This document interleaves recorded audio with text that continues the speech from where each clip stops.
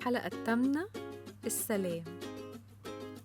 أهلاً بيكم يا صحابي في حلقة جديدة. أنا عارف إننا ممكن نكون ساعات بنتخانق كتير مع إخواتنا في البيت أو مع أصحابنا في اللعب، وساعات مع زمايلنا في المدرسة. الخناق بيخلينا زعلانين ومتضايقين ومش مبسوطين خالص. تعالوا نشوف أصحابنا يوسف ومريم عملوا إيه في الموقف ده.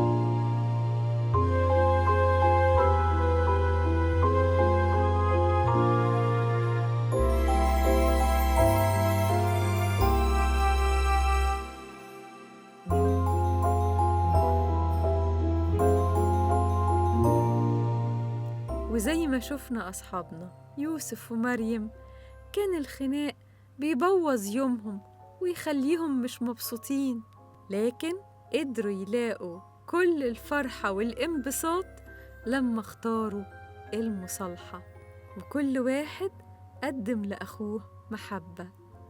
وشفنا ازاي ماما علمتهم درس جميل عن المصالحة والسلام، وإزاي يقدموا محبة لبعض، وده اللي الكتاب المقدس علمه لنا في قصة إبراهيم ولوط.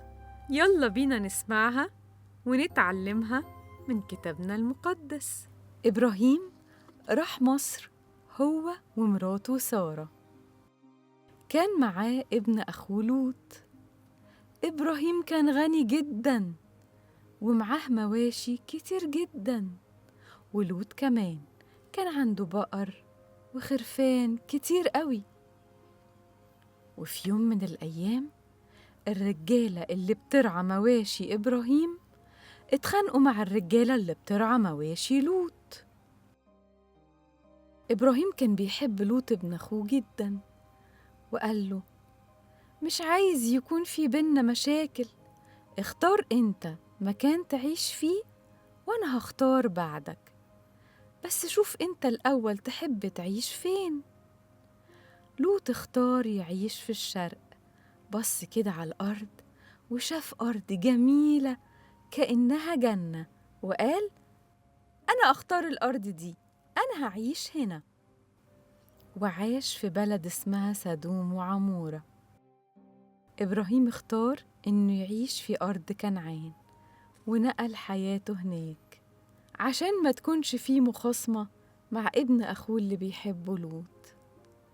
إبراهيم علمنا في القصة دي إننا دايماً نختار السلام ونبعد عن الخناق والخصام، وأقدم محبة زي ما إبراهيم عمل. هو كمان خلى ابن أخوه لوط يختار الأرض اللي بيحبها الأول، قدم محبة واختار السلام.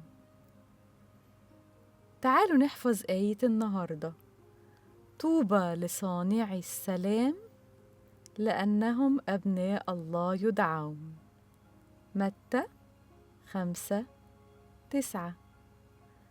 طوبى لصانعي السلام لأنهم أبناء الله يدعون. إنجيل متى أصحاح 5 وعدد 9.